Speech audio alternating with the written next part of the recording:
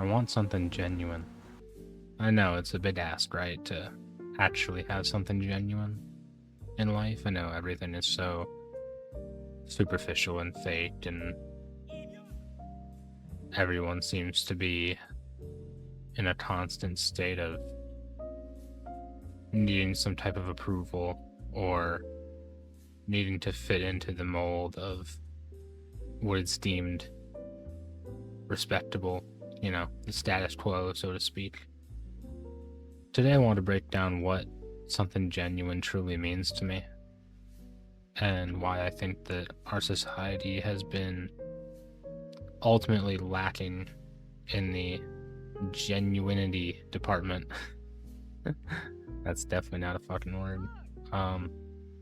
Anyways, the problem I find with modern day society, and maybe this is just a problem of society and people as a whole, but most kindness and relationships people have are actually transactions.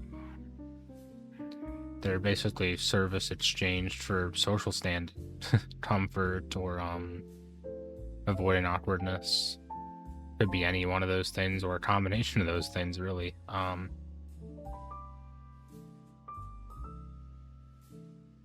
And you kind of get desensitized to it because it's what 99% of life looks like, is just very disingenuous behavior where it almost just becomes the norm.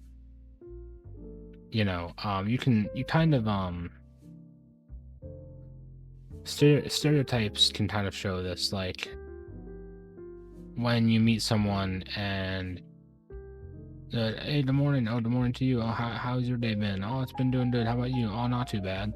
Like that type of exchange, it's so stupid. It's so superficial. It's such a waste of time. No one's actually communicating anything. Even the people that have had a terrible day aren't going to say it. They're going to say, oh, not too bad, or oh, it's all right, or oh, it could be worse, or they're going to do some kind of like obfuscation of the truth, right? The truth will never actually be told because it's just such a robotic script at this point. We've all just learned to follow the motions and say what is expected of us to say. And I guess the hunt for something genuine is simply just when someone's response to you isn't calculated for approval or comfort or self-protection, it almost costs something to give, genuinely. Like, there's very few times in life where someone responds to me in a certain way or does something for me that is truly non-transactional, truly something that does not need to be mentioned or does not need to be rewarded or scorned, or there is no, it wasn't done for some sort of benefit to them. It's so rare if something like this happens. You can always find an angle to where, oh, well, it's actually for them because XYZ, but like there have been a few moments in my life, I'm not going to get into it, but like where I've genuinely felt something genuine, but it's only fleeting, tiny moments that, do not seem to linger, and they don't exactly stand on their own 2 feet when you're dealing with like, the millions of other moments in your life compared to just those few, but like staying on topic here, the authenticity has to be earned through discomfort, basically. I think that genuine connection almost always involves risk, or rejection, or at minimum awkwardness at first. I don't think that you can have a genuine relationship or a genuine, authentic. I don't think there's authenticity without that raw emotion and that awkwardness, or that risk. You take risk talking to people, you take risk meeting new people, doing things, whatever, right? And this is obviously these are simple concepts, but I think that people really do shut off their brain a lot of the time when it comes to just living daily life. And I think it's sort of resulted in this weird society where people don't even know what a genuine connection feels like anymore. I am talking about connection with people, and it doesn't even have to be like in a romantic way. I just fucking destroyed that dude's car. It doesn't even need to be in like a romantic way. It can be a completely platonic, like a great friendship, right? It does not need to be this. I'm not talking about like the girl you'll marry or whatever. I'm talking about a genuine relationship between people.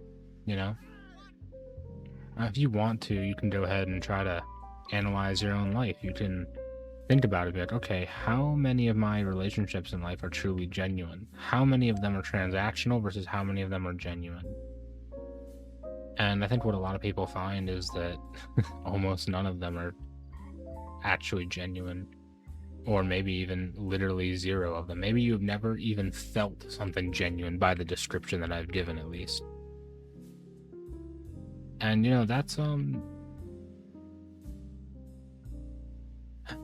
I would say that that's like, I feel very sad for you, and you're so unlucky, but like it's not even that you're unlucky, because I think that that's the vast majority. If I'm talking about like the let's say Gen Z, for example, it's just our generation is it's so polarizing, and we're all so disconnected, man. I understand, that we always talk about the little the inverse relationship of like, oh, we're the most connected generation, but we're also the loneliest. And it makes sense, because too much of a good thing just results in, things being worse overall. You make it possible for us always to be communicating to each other, and then real life communication breaks down. And then once that happens, you become socially inept, you become an introvert. The rates of introvertedness are sky high. And it all culminates into life losing its ability to feel genuine or authentic. You feel like everyone talking to you is just playing a role, and you feel like maybe even you are playing a role at this point. You start to even feel like you're a robot. You catch yourself saying these phrases and treating these people in a certain way and doing certain actions throughout your like day-to-day life, and you have to question from it, like, what are we doing here?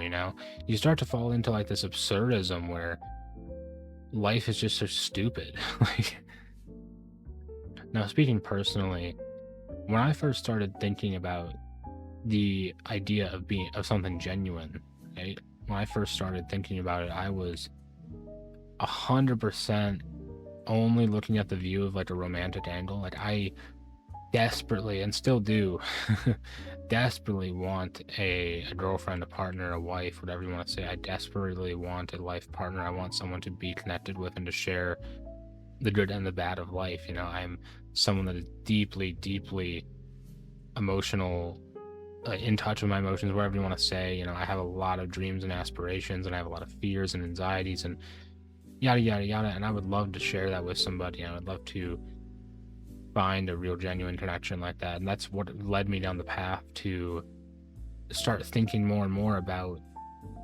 what it truly takes for something to be genuine. And then I actually started realizing the scarcity of real genuine relationships.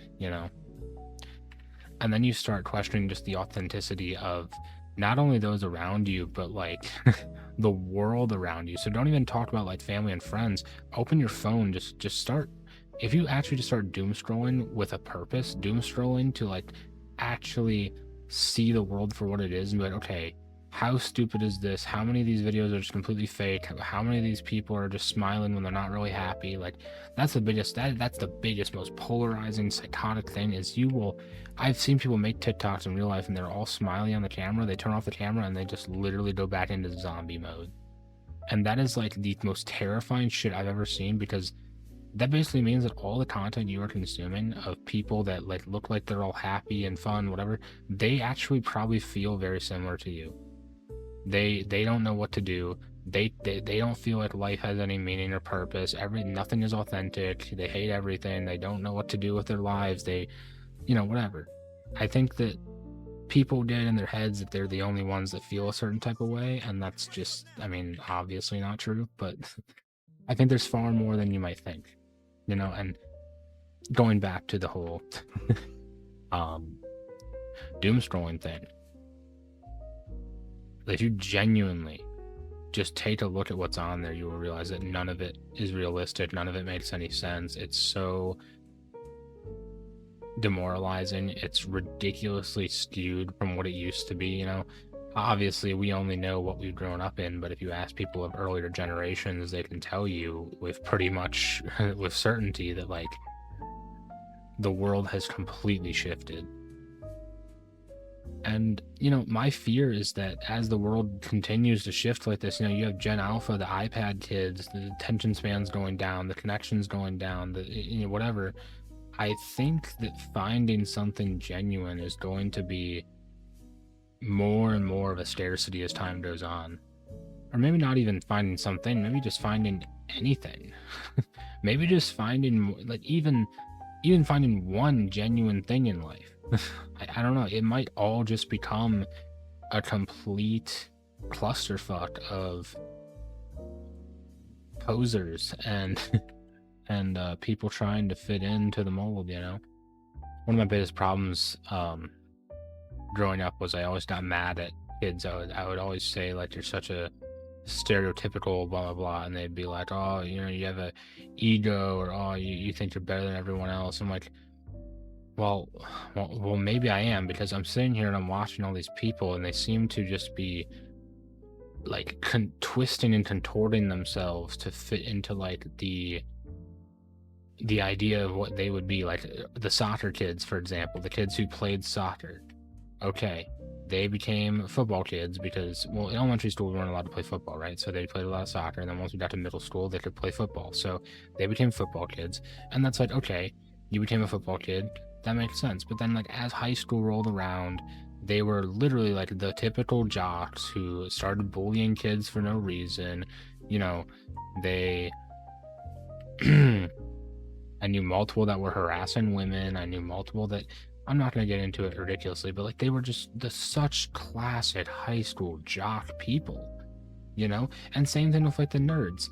The nerds would be, they would be watching like cartoons back in the day when we were younger, and then they would just kind of never grow out of it, and they would just kind of delve deeper and deeper into that world, and eventually they would be ostracized by the majority of kids. And I'm sitting there and I'm just like, guys, why do you find one trait about yourself and decide that that is now you, and that's the only, you can't break out of that? You can't. Because my thing was like, okay, I played soccer when I was a kid, sure, but then I also was a nerd. I also play a bunch of fucking games. Like right now, I currently work a blue collar job. I watch anime. I make emotional videos on YouTube while running my own business. Like I don't fit into really these stupid molds like, oh, he's a gym bro. And I go to the gym too, but I don't really fucking talk about it or make it my personality trait. I don't follow other gym creators. I don't follow fucking Toady or fucking Greg Doucette or fucking Sam Sulek or whatever. Right? Like, I can mention a bunch of things about myself, but none of those things define me or like put me into this box of what I can and can't do, or what I should and shouldn't do. I feel like so many people, you can find out like what they mainly do or what they mainly like, and you can now guess the next 10 things that they like, and you can guess the next 20 things they don't like. And it's really annoying. And it's just more and more ways to tell you this world is anything but authentic. Because in all reality, if people were quote unquote allowed to express themselves and allowed to show individuality and their authentic self, you realize that there's so many different people in this world, and everyone has a different way of thinking and different ideologies, and there's so many great things about everybody, and